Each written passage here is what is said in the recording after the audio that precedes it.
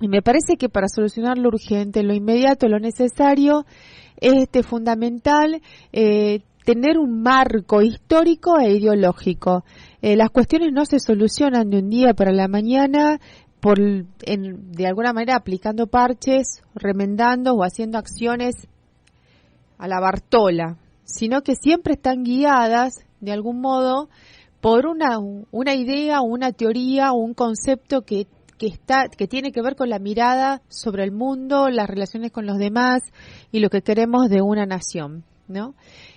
Durante estas últimas semanas se hizo muy fuerte el tema de la emergencia alimentaria, por ejemplo. La emergencia alimentaria, obviamente, que es un tema urgente y que nos convoca a todos los argentinos y argentinas. Pero en realidad la emergencia alimentaria no es una situación que nos sorprende y nos aparece de un día para el otro y que de alguna manera tenemos que afrontarla y exigirla hoy.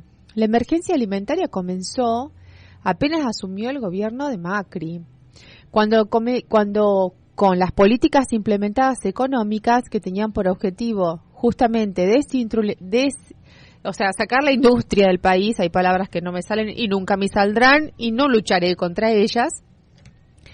Destruir la industria en nuestro país, destruir las pymes, ¿sí?, que son el motor y de la dinámica económica, sobre todo local, transferir todas esas ganancias a un sector muy determinado, ¿sí?, con ellos hacer una devaluación muy grande que provocó en una primera medida, en la primera instancia, una devolución del 50%, cuando también le quitó la obligación a las grandes exportadoras de que tuvieran que liquidar en nuestro país, sino que lo pudieran hacer en el extranjero y mantener sus divisas allá. O sea, toda esa transferencia de recursos que se hizo a los sectores concentrados provocó inmediatamente, pero de una manera muy violenta, virulenta e inmediata, la falta de los alimentos en las mesas argentinas y sobre todo de los sectores más vulnerabilizados. Es decir, de golpe volvimos a vivir una situación donde la carne era inaccesible, donde el pan se encarecía día a día y donde la leche se convirtió en un lujo, ¿no? Resulta que ya era el 2016 cuando el consumo del champán había crecido porque se había quitado el impuesto a la importación y la leche había bajado en cuanto al consumo en porcentajes realmente catastróficos, lo que significaba que nuestros niños estaban dejando de ser alimentados por el principal insumo que los hace crecer. Entonces, yo celebro que las fuerzas políticas exijan que se declare la emergencia alimentaria, pero en realidad esto tendría que haber sido una obligación de todos los dirigentes hace ya bastante tiempo, porque si bien uno está dentro de un partido y uno aspira a poder lograr un lugar dentro de las decisiones políticas, eso no quita que uno tenga una visión que se interpele hacia adentro, porque sobre todo venimos a representar un partido cuyo objetivo es la felicidad del pueblo, y la felicidad del pueblo primero comienza con la panza llena. O sea, la justicia social, la rentabilidad y esto que decíamos del 60% de la participación de los trabajadores en el PBI que logró Perón, fueron una realidad que nos marcan un camino. Entonces no podemos hoy hacernos los desentendidos y recién descubrir que estamos en un país con hambre. De un golpe, a partir de ese diciembre del 2015, que comenzó esta involución económica, espiral descendente y crítico que hizo que nuestra base de dinamización económica se destruyera con el aparato productivo y que se transfirieran los recursos a los sectores más concentrados, porque en nuestro país sí hay sectores que ganaron mucho dinero en este periodo: el sector financiero y los grandes exportadores, los pools de siembra. O sea, son sectores que se han beneficiado de una manera escandalosa. Yo hasta diría de una manera que no hay una estatura moral para poder argumentar esas ganancias, esas rentabilidades que se basan sobre todo en el hambre de las mayorías.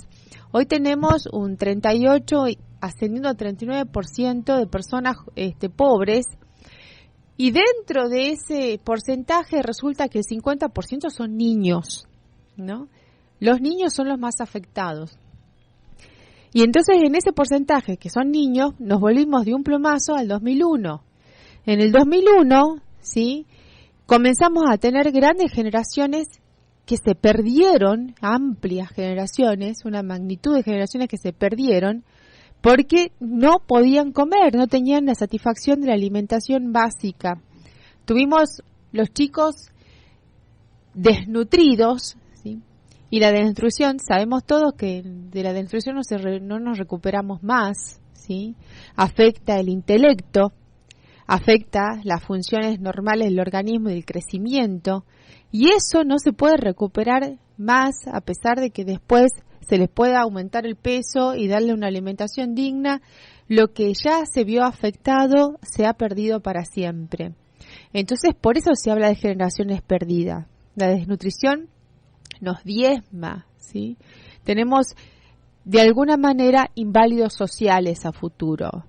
Entonces, eso que en 2001, ¿sí?, fue una situación dramática, ¿sí?, que terminó como terminó, resulta que hoy volvemos a padecerla, pero con una antelación, una anticipación y una proyección que se podía hacer desde 2015.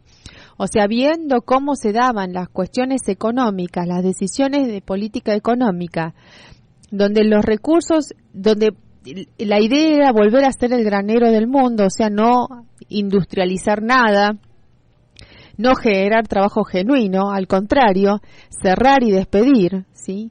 Y que cada vez que se cerraba una pyme se abría un comedor comunitario, y un comedor comunitario que además veía escasear sus raciones a ritmos acelerados, digamos. Esa situación se podía prever a partir de las medidas políticas implementadas a nivel económico a principios del gobierno de Mauricio Macri. Entonces hoy hablar de emergencia alimentaria, que si bien es una necesidad, también debiera ser un mea culpa, porque la emergencia alimentaria se podía vislumbrar claramente en el inicio del gobierno macrista. De todos modos, es necesario también ubicarnos en las circunstancias actuales y entender que si hay emergencia alimentaria, ¿sí?, es porque también ya comenzamos a tener generaciones de desnutridos. Y esos desnutridos, como dijimos recién, son irrecuperables, ¿sí? Podemos aumentarle el peso, podemos tratar de solucionar y paliar la situación del hambre. Pero la desnutrición provoca estragos que no se pueden luego recomponer. ¿Y por qué digo esto? Porque ya hay generaciones afectadas por tal situación que deberán ser contenidas por el Estado. Y deberán ser contenidas por el Estado durante toda su vida, ¿sí? Si se ha afectado el intelecto, se ha afectado el crecimiento, esas personas son responsabilidad del Estado, y el Estado somos todos nosotros, para tenerlo presente. Porque si no, después empiezan las voces de que estos gobiernos que descalifican de populistas como si el populismo fuera mala palabra, y el populismo es ni más ni menos que estar del lado del pueblo, ¿no? Un pueblo que no se deja someter, ¿sí?, para beneficio solamente de algunos. Entonces, aquellos detractores, ¿sí?, que se sienten que no son pueblo, en definitiva, comienzan a injuriar y atacar, a despreciar, ¿sí?, y a usar de caballitos de batalla que el Estado asiste a un grupo de gente que en realidad no trabaja porque no quiere. Bueno, todo tiene una causa. Cuando hay hambre, cuando no hay una buena alimentación, no tenemos capacidad ni criterios de formación intelectual. No crecemos siquiera físicamente. Y eso es responsabilidad del Estado, porque el Estado somos todos y todos los permitimos. Entonces nos tendremos que hacer cargo de toda esa generación que va a necesitar siempre que los protejamos, los cuidemos y los asistamos.